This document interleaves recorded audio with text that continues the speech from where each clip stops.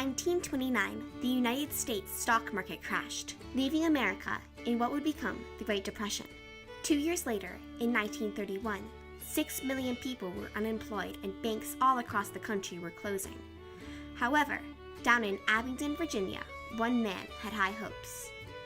The leadership of Robert Porterfield helped many Americans through a hard time, with the unique idea that changed the lives of actors and audiences alike.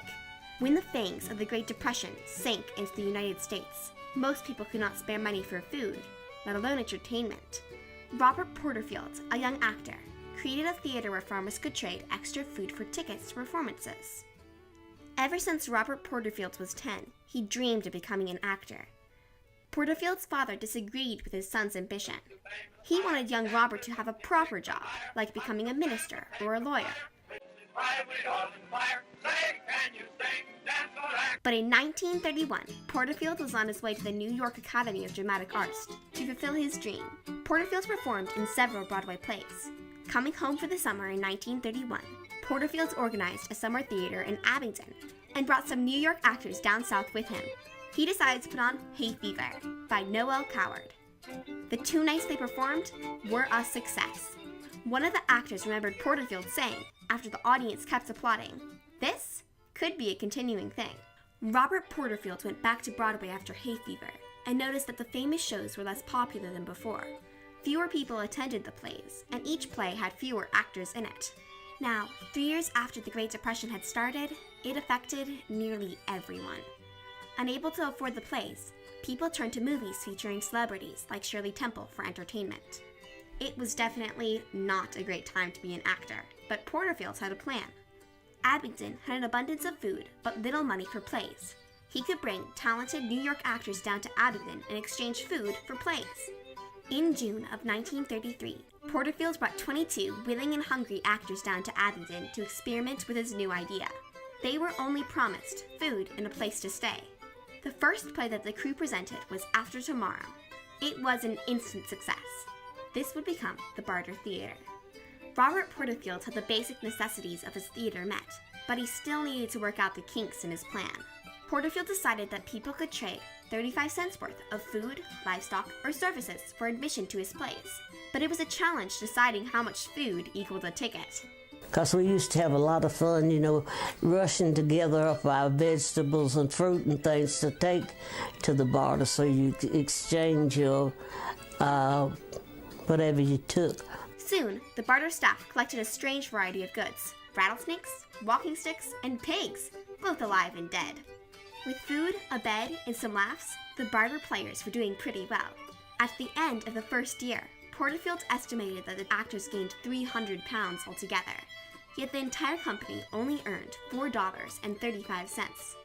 In 1942, Porterfield was drafted to be in World War II. Without his leadership, the Barter Theatre had to close.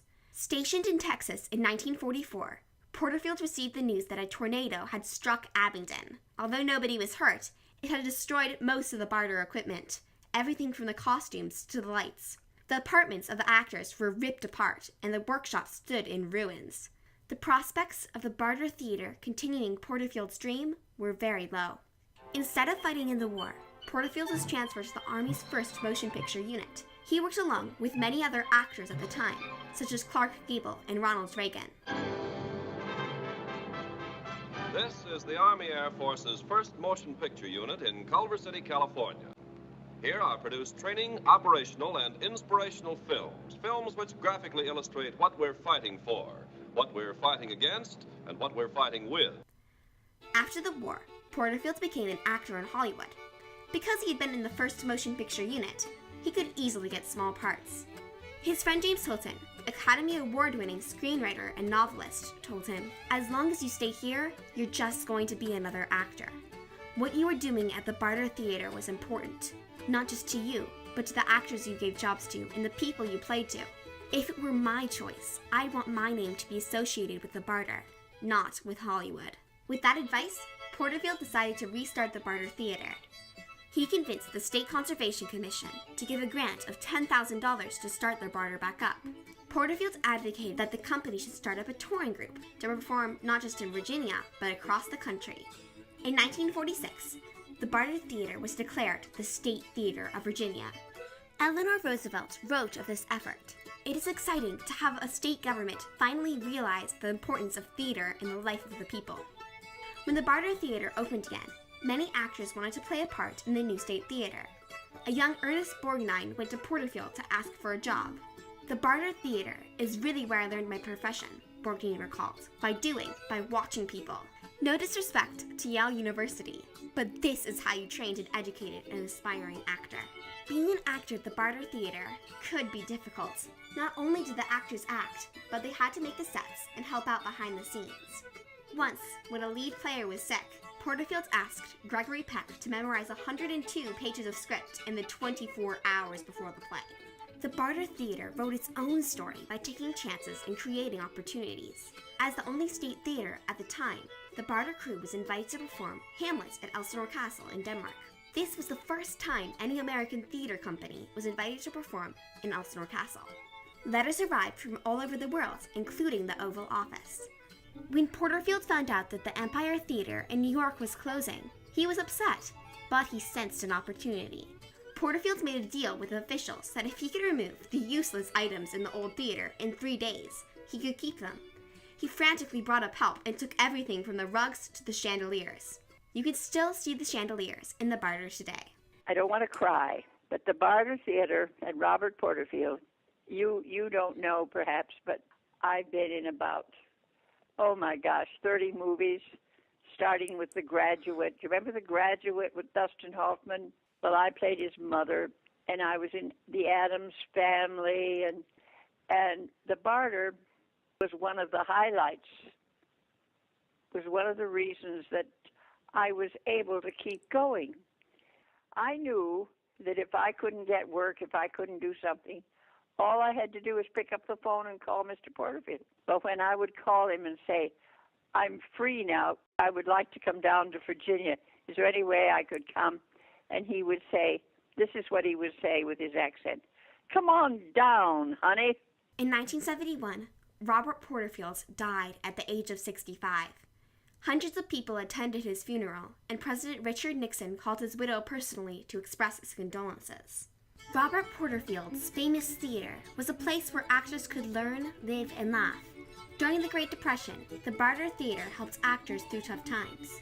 But little did Porterfield know that he had created something that would last far longer than the Great Depression. He had created a place with an everlasting legacy of beautiful performances. Barter is special because it has this commitment to high-quality theater, but it's embedded in this Southwestern Virginia community. It doesn't think of the Southwestern Virginia community as like less than being in, say, a big city or being in a city up north like New York. The Barter produces theater of that same quality in an environment like this one, a rural Appalachian environment, and they provide that sort of sense of culture and home artistically for the community by doing that. It's very little about them under the spotlight and a lot more about what they can do for the people that are in the audience through what they do. And it makes the entire nature of the work different because we believe in a service loop in that way. The more we give to other people, the better we are at our jobs, and then the better we are able to give them something more. The Barter Theatre has evolved since its first Hungry Nights decades ago. Now, you can't usually barter for a ticket, and people buy admission just like anywhere else. The Barter doesn't just feed actors anymore. It also feeds the community of Abingdon.